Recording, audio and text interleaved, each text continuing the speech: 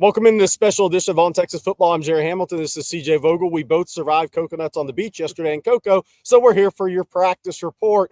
This episode is brought to you by South Point Dodge. I'm going to tell you about South Point Dodge before we get into what we saw in this media window.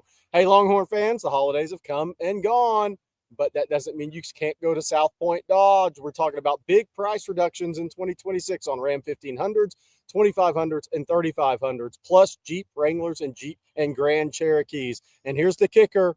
On Texas Football, listeners get 90 days before your first payment. And South Point Dodge will ship your new ride anywhere you want, even in Orlando.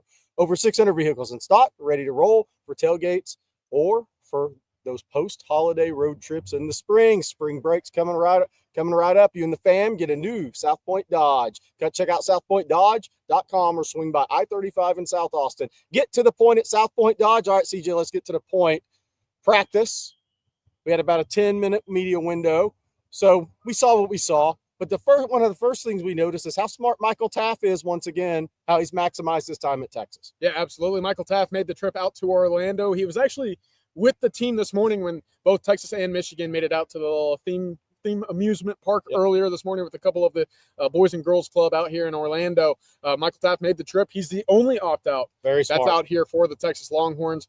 He was on the sideline today. He was warming up with one of the Texas defensive coaches, Patrick Crowley, and of course going through some fun trash talk with the wide receivers as they were flipping sides of the field. But ultimately, nice to see that Taff made the trip out here. Michael Taff, he has maximized his Texas lifetime Longhorn experience as a college football player, and that will reap rewards in the business world, coaching world, whatever happens post-football career for him. Very smart of him. The only opt-out here. Wanted to mention that again. Yep. All right, CJ, we got to see some drills essentially after stretching. That's about what we saw today. One of the things that noticed about in the linebacker drills was Colin Simmons was working at linebacker in the strip drill with Brad Spence and with Ty Anthony Smith. And there was also in the second group was Bo Barnes, Jordan Johnson-Rebel, and Jonathan Cunningham. Does that mean Colin Simmons is playing linebacker in this game? We're not saying that, but he was at least working in the strip drill with the linebackers. Hey, look, we know Texas is very thin at the linebacking unit. That obviously was made apparent when Jordan Johnson-Rebel and Jonathan Cunningham, for the most part, spun down and got some reps earlier in the week. We had heard even beforehand, we reported this 2 days ago after our Saturday post-practice availability, Jordan Johnson-Rebel had seen some time at linebacker even before the team left Austin as well. But we also noticed a few things at the linebacker position even before practice began. And look, that's a couple guys wearing the green dot, Ty Anthony Smith, Bo Barnes, both without their helmet walking into practice. That typically indicates both will have the helmet or player-to-coach communication installed in their helmets. So that essentially means Bo Barnes is backing up Ty Anthony Smith in this game. And in that rotation in the game, Bo Barnes will then have that green dot on. That's a big step up for a guy that's played 24 snaps this year, CJ. He's going to have a lot on his plate, which is good. I think Texas wants to see where Bo Barnes is at with more on his plate. He's played 24 snaps this year, and there's a chance he could see that many snaps in the Citrus Bowl potentially.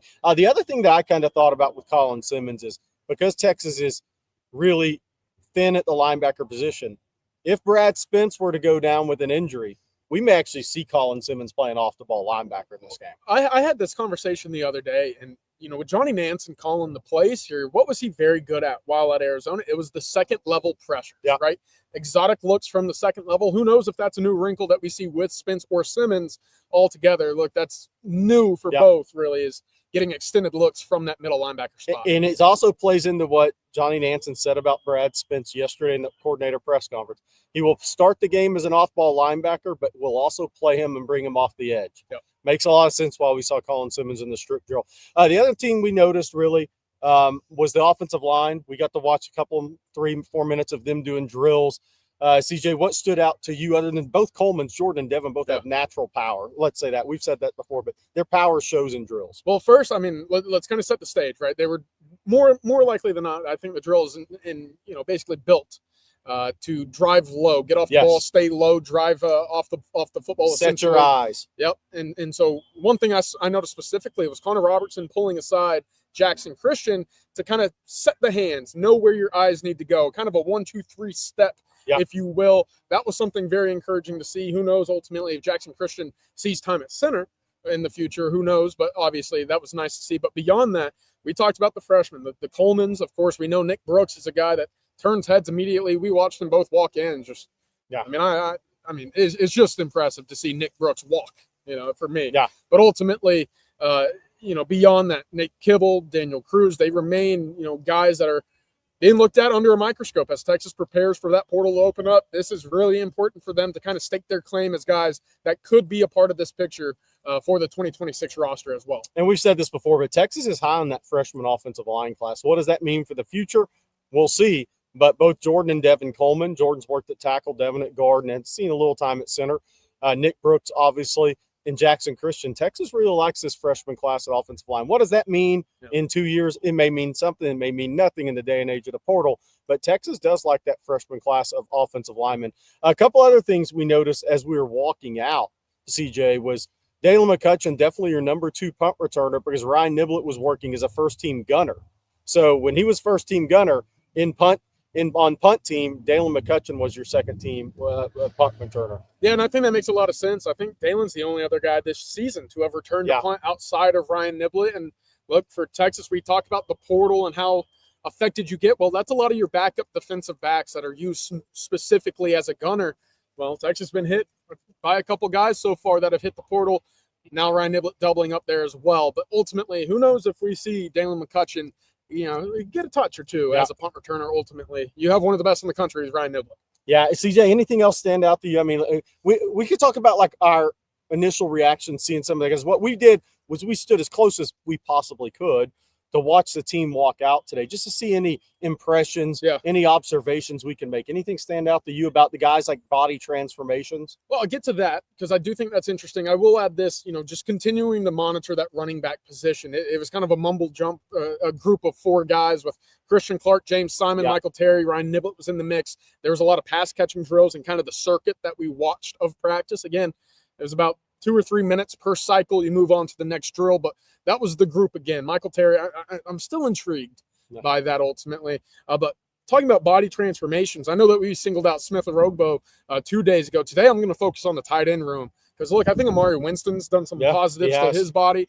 We watched Nick Townsend walk in and just said, again, solid. You see, the potential with the frame. And it's, again, knowing the tools that he already possesses, Gerry. It's encouraging, and it gets me optimistic about the future. Yeah, Nick Townsend, you can tell he's adding that, Rod loves the term, the armor to his frame. I mean, he's a solid 245 pounds. Arms are a little longer than what I remembered in high school. Maybe I didn't notice that. First guy onto the practice field outside the specialist, Jack Injuries, by the way. So something we noticed. He was the first guy out that was not a specialist. Good day for tight ends. Good day for tight ends. All right, guys. Well, that's going to do it for this quick little post media open window practice. Texas has one more practice tomorrow. Then they'll have walkthrough before the game. Weather, because it's going to turn a little chilly starting tomorrow in Orlando. Yeah, and of course, both coaches will have a joint press conference tomorrow morning. That'll be at 8:30 Eastern. So we'll have a quick update immediately after. And of course, who knows what we might hear from Sarkisian and Biff Poggi as well. Yeah, and Sark was wearing camo today for the guys that care about what the coach's attire is. All right, guys, thanks for joining in today. For CJ, I'm Gerry. You guys have a great evening, and we'll talk to you again tomorrow.